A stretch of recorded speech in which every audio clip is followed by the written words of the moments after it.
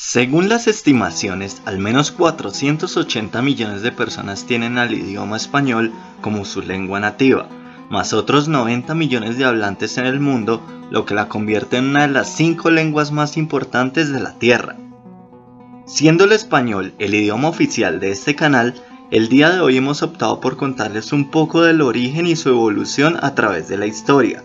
Aunque cabe aclarar que una lengua está en constante transformación a lo largo del tiempo, y el español que hablamos hoy no será el mismo que se hable dentro de 100 años. Como ocurre en la mayoría de historias del mundo occidental, debemos remontarnos al Imperio Romano. Durante su periodo de máxima expansión, Roma controlaba el territorio desde la península ibérica hasta parte de Eurasia y Medio Oriente y del norte de África toda la costa del Mediterráneo hasta Britania y Europa occidental. La lengua oficial del imperio era el latín, una lengua que a su vez deriva de un grupo de lenguas conocidas como indoeuropeas, pero no nos remontaremos más en el tiempo. Los territorios controlados por Roma poco a poco fueron adoptando el latín como su lengua, dejando atrás los dialectos de sus respectivas regiones. Enfocándonos en la península ibérica, los habitantes de esta región hablaban ibérico, celtibérico, cántabro, astur y vasco, entre otros dialectos. En el siglo III a.C., los romanos adhirieron esta región a sus territorios y empezó un periodo conocido como romanización. La romanización consistía en la adaptación al estilo de vida que imponía Roma a sus regiones, tanto así que incluso la gente poco a poco dejó de hablar sus propios dialectos y se acostumbraron a hablar latín vulgar, la lengua de la plebe romana. Salvo el vasco, las otras lenguas primitivas de Iberia murieron en el siglo I después de Cristo aproximadamente. Tras mucho tiempo de crisis, el Imperio Romano terminó fragmentándose, lo que provocó que las regiones quedaran aisladas y surgieran reinos bárbaros por toda Europa. Como dejó de existir la uniformidad del Imperio Romano, cada pueblo empezó a deformar el latín a su antojo, lo que provocó que con el paso del tiempo surgieran las lenguas romances. Se calcula que alrededor del año 800. El término romance deriva de romanizar o a la manera romana, y es con este término que distinguimos a las lenguas que surgieron a partir del latín vulgar de Roma: español, portugués, catalán, francés, italiano, rumano, entre otras. Para ese entonces nuestra lengua se puede identificar como romance castellano, en una pequeña región que posteriormente pasaría a conocerse como el Reino de Castilla. Sin embargo, no nos adelantemos tanto aún. Recuerden que les comenté que hubo un periodo de invasiones bárbaras por toda Europa. De hecho, estas fueron las que desestabilizaron a Roma y la llevaron a la disolución del imperio. No sobra aclarar que los griegos fueron los que inventaron el término bárbaro, y era como se referían a las personas que no hablaban su lengua, aunque después el término fue adquiriendo un significado diferente. Las tribus germanas eran uno de varios pueblos bárbaros que azotaron Europa en este periodo.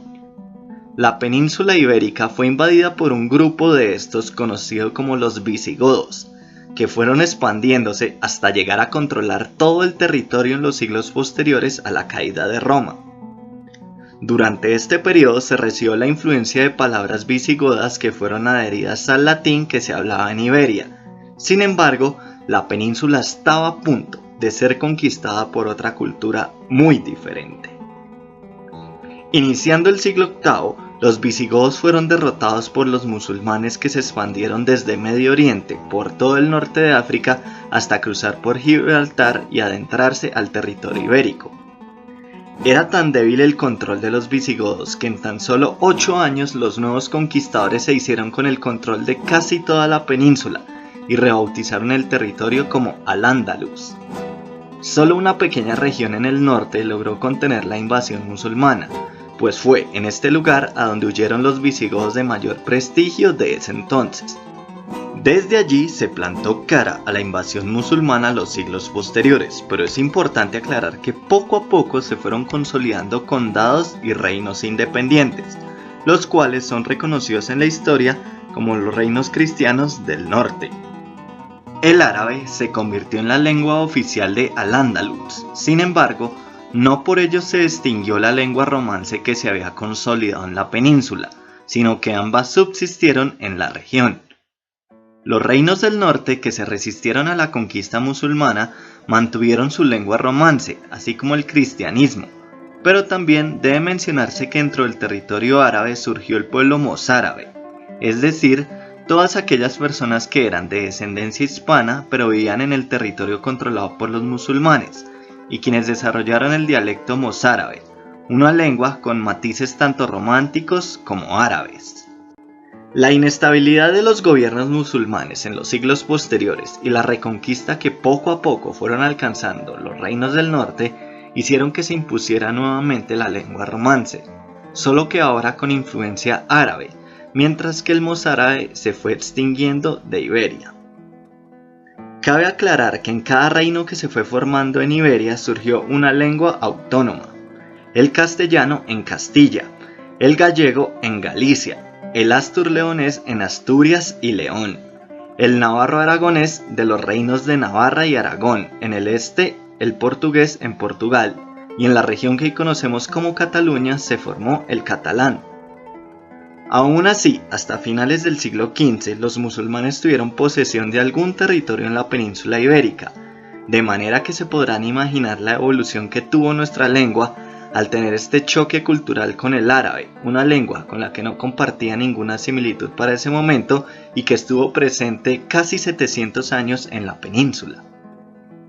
El matrimonio de los reyes católicos fue el comienzo de la unificación del Reino de España, quienes lograron expulsar los últimos asentamientos musulmanes al sur de la península en Granada, justo en el momento en que un gran evento cambia la concepción del mundo y además convierte a España en una potencia mundial, la llegada de Cristóbal Colón a América.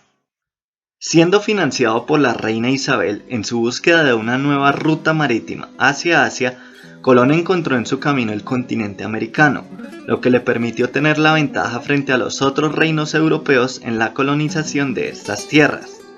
Es por este suceso que la mayoría de países latinoamericanos, desde México hasta el sur en la Patagonia, hablamos español. Sin embargo, los pueblos precolombinos también hicieron su aporte a nuestra lengua, ya fuera por los nativos llevados a Hispania o la evolución de la lengua en cada región de América y la incorporación de nuevas palabras. Igualmente, es importante señalar que el Renacimiento trajo consigo que se volviera a estudiar a la antigua cultura griega, y con ello se incorporaron muchas palabras a nuestro idioma, especialmente alrededor de las ciencias. El crecimiento y consolidación de la lengua castellana o española llevó a la creación, el 3 de agosto de 1713, a la organización encargada de recoger las voces, regular los usos y establecer las normas del idioma, la Real Academia Española. Hoy en día, fenómenos como la globalización o la Internet han conseguido que idiomas de todo el mundo, el inglés principalmente, introduzcan términos en otras lenguas, una evolución que se genera por el intercambio cultural que tenemos hoy en día con facilidad con cualquier otro lugar del planeta. Aún así, es importante recalcar que este proceso de miles de años de evolución de la lengua castellana tiene una profunda riqueza. El idioma es un tesoro invaluable, y desde aquí queremos que todos tomemos conciencia en la importancia de preservarlo y velar por su correcto uso siguiendo las normas ortográficas y de gramática que le hemos dado al español, sin importar desde qué país del mundo nos estén siguiendo. Y es por eso que quiero agradecerles por ver este video. No olviden compartirlo con sus amigos, suscribirse al canal y por supuesto, hasta luego a todos los hispanohablantes del mundo. Finalmente, quería recordarles que el 23 de abril de cada año se celebra el Día del Idioma Español, en honor al escritor Miguel de Cervantes Saavedra, escritor de El Quijote de la Mancha, quien contribuyó al crecimiento del idioma y murió un día 23 de abril del año 1616.